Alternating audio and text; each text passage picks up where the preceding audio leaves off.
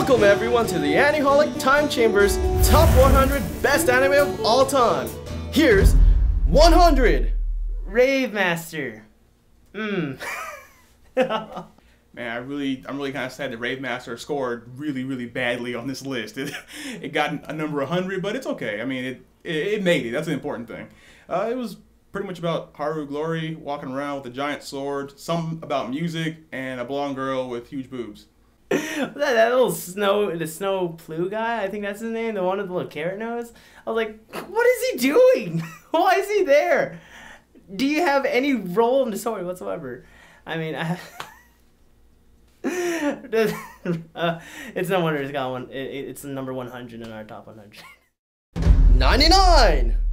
Scryed, number 99, eh? Scryed is good. I loved the character designs. I mean, the whole, I don't remember, like, his hands turning into armor, and then later on it's just upgrading over and over again. I kind of like that, and the fact that they actually use like the actual surroundings, and they eat up the surroundings whenever they use their powers. That was really cool. Story-wise, I mean, what are you gonna do? They end up fighting like Dragon Ball Z in disguise for all eternity. Scry was really crazy. Like, it brought a lot of new things to anime that I hadn't seen before. Like, I liked eating the area in order to get powers. That was kind of cool. Like, you couldn't just do it. You know, that was kind of interesting. And the story was going good. Like, until the last episode where they're like, you know what, let's just go fight. Cause, you know, I know, like, he started out fighting for his sister like every shonen hero usually does. But as soon as she got better and he got super powerful, he just decided, I'm gonna go fight my friend. And tanks. 98. Number 98, Gunslinger Girl.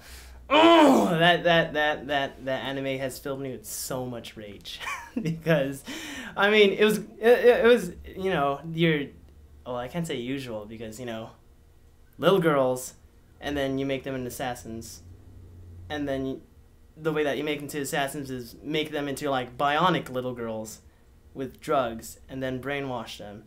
And the other weird thing about the anime was that, you know, they had like their fratellos. They're like pretty much their handlers.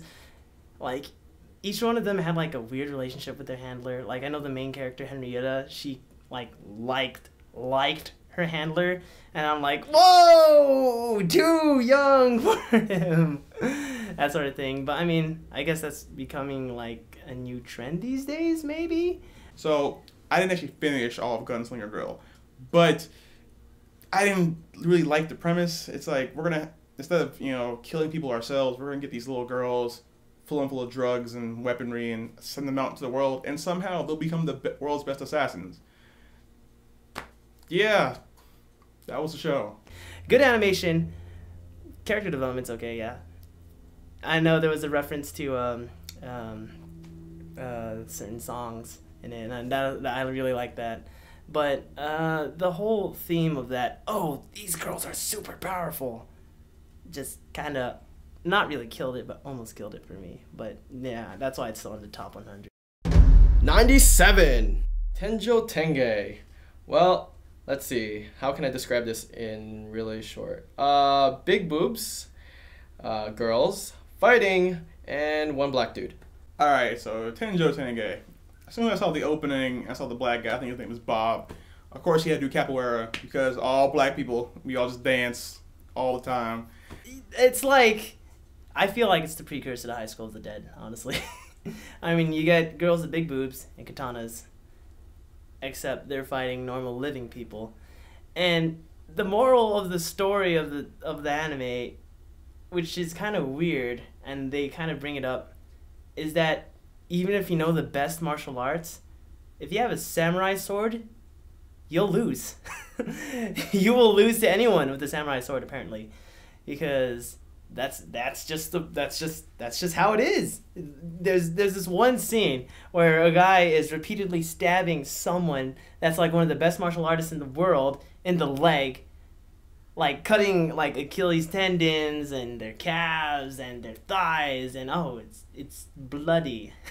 Nice and bloody. But that's pretty much what they're teaching us, and it's like, it's like never bring a knife to a gunfight, never bring your fist to a knife fight. You know what I mean?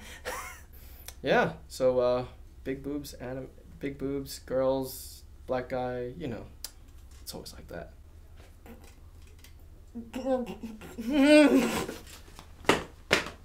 96. 96 is Soul Eater. Now, the thing with Soul Eater, while a lot of you may say, well, that's pretty freaking low on the list, the thing with Soul Eater is that while it does a decent job of being a shonen anime, there's not much else to it.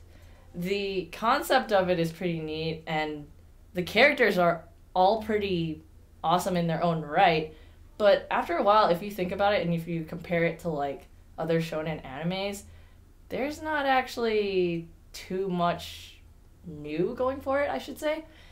It has a very like gutsy approach to it, because like I mean, the end of the anime series was like, oh, with willpower you can take down even a giant evil demon king, which is really cool. I mean, I guess most of the people don't like it, or don't like that sort of ending. Well, of course, because I mean the manga is still going. But other things I liked was the fact that weapons are humans, humans are weapons, humans are wielders, humans are weapon wielders, and humans could be meisters and weapons at the same time, which is a little funky. That was cool. 95. So Astro Boy is 95 on the list. I know people are going to be upset that it's kind of low because, you know, it's one of like the founding animes, but you know, things have kind of evolved way beyond that. You know, and today was really good. And I haven't watched the remake yet, but I heard it was also good. But compared to, you know, how stories have evolved, how animation has evolved, and how pretty much everything evolved after Astro Boy, it can't really be too much higher. However, because it was awesome and original, it gets, you know, where it's out on the list. 94. Yeah, Bakemonogatari is a quaint little anime. It's I mean, it has more prequels. There's, I mean, not prequels, sequels. There's Nisei Monogatari. Like, it's really based around this one guy who's like part vampire, not really a vampire. I guess he's like a human that turned into a vampire, but he's not a vampire anymore. I don't know, something that needs to be covered as a prequel. But he deals with like 1, 2, 3, 4 girls, and each of them has their own sort of like curse or mythical animal in them or something. It's just really it's just, you have to watch it to understand why it's so good. Like, the animation quality is top notch. The music is like, it's really good. I love the music, and that's the one thing I love about anime is music, and so the music is really good for it. The main character doesn't really get that much doesn't get that much character development, which is why I think it got, you know, lower on our top 100. 93. Spice and Wolf is pretty much an anime set like in like a mythical world. Well, way back when there was still stuff like, you know, there was still like pagan worship versus like Christian worship. Like, that plays into the whole story. It's about a trader named Kraft Lawrence, and he goes around to different towns trading stuff. I mean, that's his life, that's his way of being, and it's pretty much centered around that. And, you know, he's living a normal merchant life of back then, and then suddenly, bam, this wolf goddess just comes in, and she's just like, please take me back to the north. And it's this really, like, there's just so much like chemistry between the two characters that it's ridiculous. Like, you kind of think that, you know, they will most likely fall in love with each other. That's what I think. Has like a mix of flute. There's a lot of like fun little flute recorder parts, which it's so fun to listen to. It gives that playfulness of how the wolf is, or her name's Holo. It's kind of like her theme, and I just like it. It's just so good, and they're so cute, so cute. 92. Tsubasa Reservoir Chronicle is such a stylistic anime. I love the animation of it because it's by Clamp. Same people that brought you Chobits, Holic, Card Captors Kura, Derp. Thank you out there. And yeah, it's pretty much those people. And they're just like, hey, you know what? All these like series are so good. Let's just fuse it all together. And that's the birth a Tsubasa Reservoir Chronicle. Tsubasa is one of the few clamp titles we actually have on this list. Reason being, this sort of runs off of knowledge from all of their other stuff. On top of that, if you're not confused by the various versions of the characters that show up in the story, you are definitely going to be confused regarding the clone stuff and the time travel stuff. It's a very nice series with a really nice driving premise. Just, it may confuse people along the way, and if you're up for that, go ahead and give it a watch. 91. So originally Steins Gate was a video game, like a dating sim video game, except it had like a sci-fi twist to it. But now they were like, hey, this video game's pretty good, but let's make it into an anime. And that's where Steins Gate the anime comes from. And I love the music from Steins Gate. Like the opening for Steins Gate is just so good.